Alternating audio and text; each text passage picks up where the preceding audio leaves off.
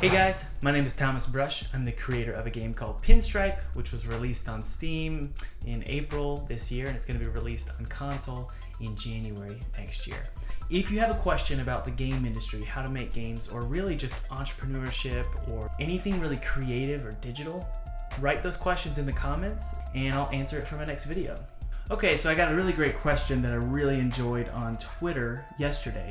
What are some of the first steps you take to start creating a game once you've got the concept mostly planned out? First off, it's a great question, and the answer is really deep, and there's a lot of different moving pieces. I think I want to focus on a single layer of that question. Okay, so big problem, a huge problem with starting a project is you're likely to quit. And that's a huge thing that everyone needs to realize is you're very likely to quit on this project. So it's important to create sort of mental steps in your brain so that you don't quit this project. So here are 5 steps to start a project and not quit it. So the first way to start a game right is to establish an emotional connection with your character. So some games don't have characters, but I think most games, especially the kinds of games that you guys are probably going to want to make, will have some form of a protagonist or a main character.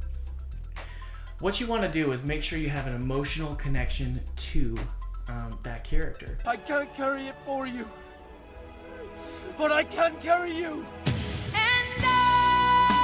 So for me, what I do is I'll sit in sort of just silence. So I'll put myself in a room and I'll just sit on the couch and I'll spend hours establishing an emotional relationship with my protagonist. So in the case of Pinstripe, which you can take a look at Pinstripe if you want in the description, it's on Steam now and it's on sale for $10.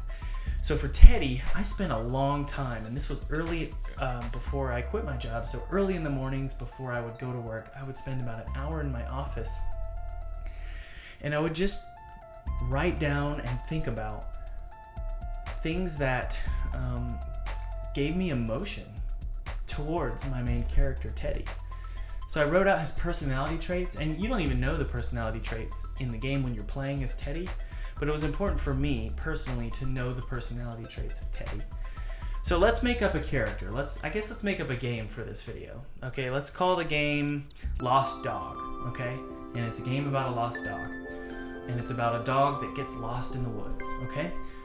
What are some things that could give us an emotional connection to this lost dog? Well, let's give him a name first. Let's name him Tim. What if Tim is the dog of a rich, powerful mayor, and he lives in a big, huge mansion up in the hills, and all he does all day is eat food, Oh my God. and sit in front of the fire and sleep. So Tim is a lazy dog, and he is proud, but he's very insecure deep down, and he thinks that the world owes him something, and that he doesn't need to go on adventures because he's the proud dog of a mayor. Well, this is interesting because now we kind of have an emotional connection. It may be a negative emotional connection, but we can turn it into a sympathetic connection because we have a flaw now. The dog is proud, but he's also weak. Now, if this dog gets lost in the woods and that's the adventure, we have this sort of emotional center point of the game that can sort of hold the game together based on a simple fact that this dog is flawed. Now, it also gives us room to make this character dynamic. And as a developer and as a storyteller, it's really exciting to see a flawed protagonist and want him to change and become a better person at the end of the game. So this is really cool because it allows us to, as developers and as storytellers, it makes us want to see change in our character. So maybe at the end of the game, Tim, the spoiled rotten dog of this mayor, of this rich mayor, becomes adventurous and humble and helps others find their way home as well. So there's just a small type of emotional connection you can make with your character. The reason this is really important is because when we have a friend or a relationship with someone, it's a lot harder to let that friend go. And the same is true with a protagonist, a fictional character in a video game or a story. So the second thing is plan for success. Now, this has sort of been a mantra of mine for years. I read a book called Think and Grow Rich. It's this old book, but it's like one of the top business books or something. And basically this book is, it's kind of a think positive type book, but it gives you these really cool tools, mental tools, to ensure that you don't quit projects. And one of them is to plan for success, to write out how much money you want to make or what your product is and when you're going to complete it. So create very tangible goals that are very specific in your mind, and to focus on those and to prove to yourself that you will achieve those goals. So for Pinstripe, I did plan for success, and this was after about 3 years of development. I finally said, know what, I'm gonna finish this thing, and I'm gonna make X amount of dollars on this thing, and I wrote down how much I planned to make, and I pinned it to my wall. Now, it's not always about money, but in that case, I wanted to quit my job, so I knew I needed a certain amount of money to be able to work on games full time. So I wrote down the number, and I put it on my wall, and let's see if I have it. Here it is. This is kind of cool to look at, actually. This is, I wrote this about 3 years ago, and it says, I will, underlined will, make $60,000 in May by offering a perfect, unique gaming experience, and will market it through 2015. Okay, so there was a very specific goal here. Now, the goal was achieved a little later than expected, but it was achieved. It was achieved in 2016. Not 2015, and the goal was actually doubled, and that was through Kickstarter.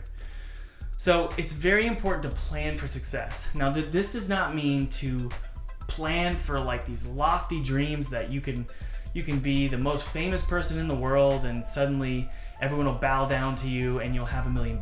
No, that's not what I mean by planning for success. So what I really mean is, in your mind, not doubting yourself at all. Really plan that you can actually achieve what you want. And it's okay if you fail, but plan for success.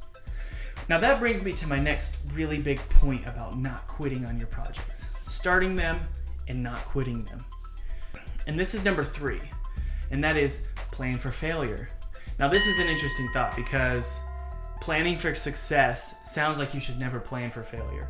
But I think you can merge the two of those and actually have sort of a healthy way of starting a game. I can't tell you how many times I failed with Pinstripe, over and over and over again. A lot of these failures were public, so I would tell all my friends that I submitted my game to IGF or IndieCade or all these cool festivals. Every time I'd submit, I wouldn't get in. I got in a couple times to some smaller ones, and I got into IndieCade as like a showcase item.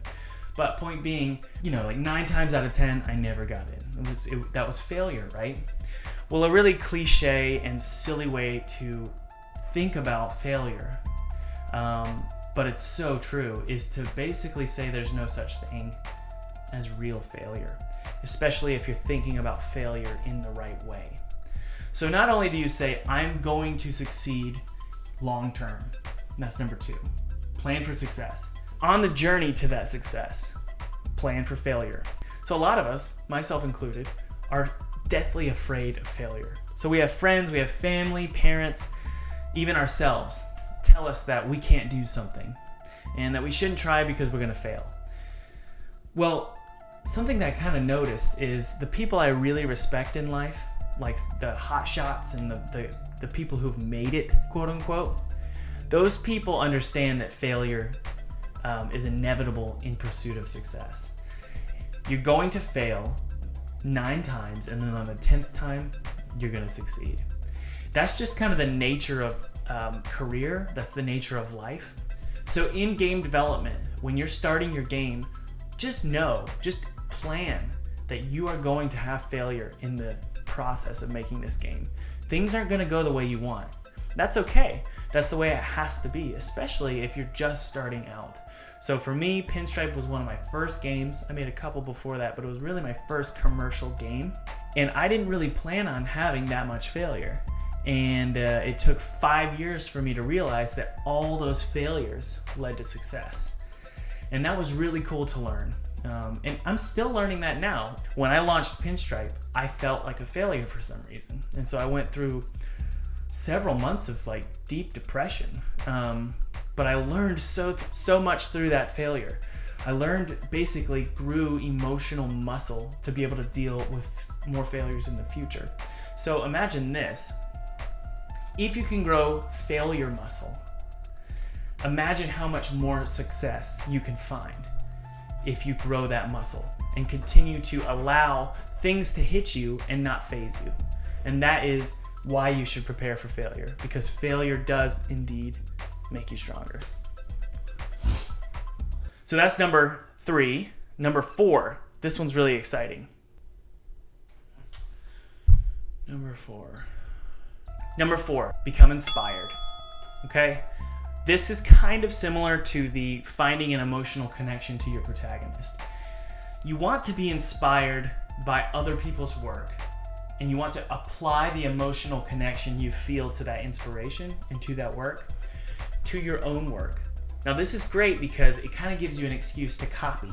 Now, you don't copy directly, but you take things that inspire you and you say, hey, can I see how that works with my project? And I did it with Pinstripe. I've done it with a lot of my games, and everybody's doing it with everybody's work. It's just the way it works. We're all inspired by each other's work. So it's okay to get inspired and to take that and to apply it to your own work. I had a coworker when I worked in marketing, and he had this folder called Inspiration Folder. And he would spend a lot of time in that folder. He would be on Google, and I was like, you're wasting your time, man. You should be working. You should be getting this project done. But he would take his time and just sit back, relax, drink a cup of coffee, and he would pull down images, things that he felt were emotionally connecting him to the project that he was working on. And I've learned that this is absolutely crucial, because the worst thing you can possibly do when starting a project is spend so much time actually making the thing without even feeling inspired while doing it. And then suddenly you're 3 months into the project's development and you realize you don't even like it. You don't like how it looks or sounds or feels, and you wish it felt like something that inspired you. Okay, number 5. This is like the most important thing. Maybe all of these, I've said they're all important, but this is super important. Number 5, tell everyone about your game. Now, this is kind of like setting yourself up for failure or success. You're pretty much locking in humiliation or success in front of your peers. And that's huge. That's really important. So I would have quit Pinstripe had I not told my dad, my mom, my brothers, my wife, everyone I knew. I told about Pinstripe, and I told them it was gonna be the greatest game that was ever made, and it's gonna be $1 million game. It's gonna be the coolest thing ever. I basically forced myself into a commitment outside of myself, because a lot of us, we want to make a commitment to ourselves and we think that's fine. I commit to finishing this game. Well, that's not enough, in my opinion. I think that we need to commit to others that we're going to do something that deep down we know we want to do. See, what's funny is we know oftentimes when we have a moment of clarity, we know exactly what we want and we want to commit to something. Well, unfortunately, those moments of clarity don't stick with us for 5 years straight. And it's up to the people around us to remind us of that clarity. So tell your friends and family about your project. Let them know that you're gonna finish this thing. So thanks for watching. My name is Thomas Brush, and again, I'm the creator of a game called Pinstripe, which is coming to console in January next year, but it's on Steam right now in the description. You can check that out. It supports me, my studio, and my family. And it's also going to be really cool to kind of take a look at what I've made and kind of connect my points that I'm making with an actual product. It's also on sale right now, so you can get it for $10. Pretty cool. Anyways, if you like this video, you're learning something, subscribe. And if you want to learn more, please comment below, ask questions, and I can't wait to answer them. Thanks, guys.